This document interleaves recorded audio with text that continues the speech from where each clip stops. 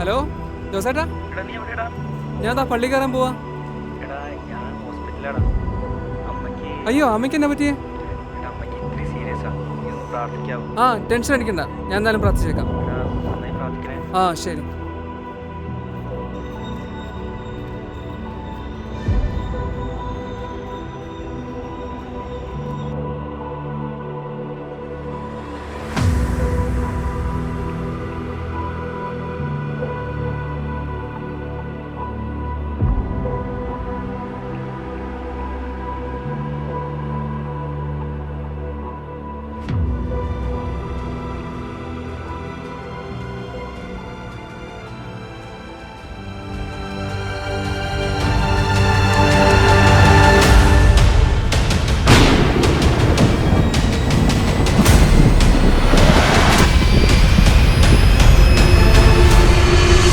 എന്താടാ പേടിച്ചു പോയോ? ഞാനങ്ങ് ഇല്ലാണ്ടായി. നീയല്ലല്ലോ, ഞാനല്ലേ പേടിക്കേണ്ടത് നിന്റെ പ്രാർത്ഥന കേട്ടിട്ട്. അതെന്താ? അല്ല, മോൻ്റെ വിചാരം എന്താ? എന്നെ ഒരു ബ്രോക്കറായിട്ടാണോ നീ കണ്ടേക്കണേ? അത് പിന്നെ ട്രൂ ലവ് ആയതുകൊണ്ടല്ലേ. പണ്ട് 3000 വർഷം മുമ്പ് ഇതേപോലൊരു പള്ളി ഞാൻ പിടിച്ചതാ. അതും ഇതേപോലൊരു ട്രൂ ലവ് ആയിരുന്നു.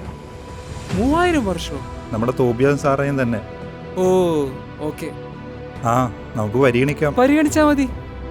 നിന്റെ രണ്ടാമത്തെ പ്രാർത്ഥനയും ചില്ലറയൊന്നും അല്ലല്ലോ. അത് പിന്നെ നല്ലൊരു ജോലി ഇല്ലാതെ എങ്ങനെയാ അവളുടെ വീട്ടിൽ പോയി ചോദിക്കാം? അതെങ്ങനെയാ കൊമ്പത്ത് കയറിയല്ലേ പിടിച്ചേക്കണേ? എന്തായാലും ഒരു ഇൻ്റർവ്യൂ ഒന്നും കിടപ്പുണ്ടല്ലോ.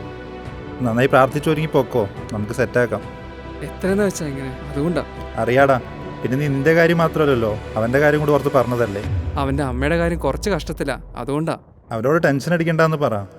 പിന്നെ പെരുന്നാളൊക്കെ അല്ലേ, അവനോട് വന്ന് പെരുന്നാൾ കൂടാൻ പറ. പിന്നെ നിന്നോടും കൂടെയാ, പെരുന്നാളിന് കുർബാനയ്ക്ക് കൂടാതെ ബാൻഡിന് മാത്രം വന്നാലുണ്ടല്ലോ.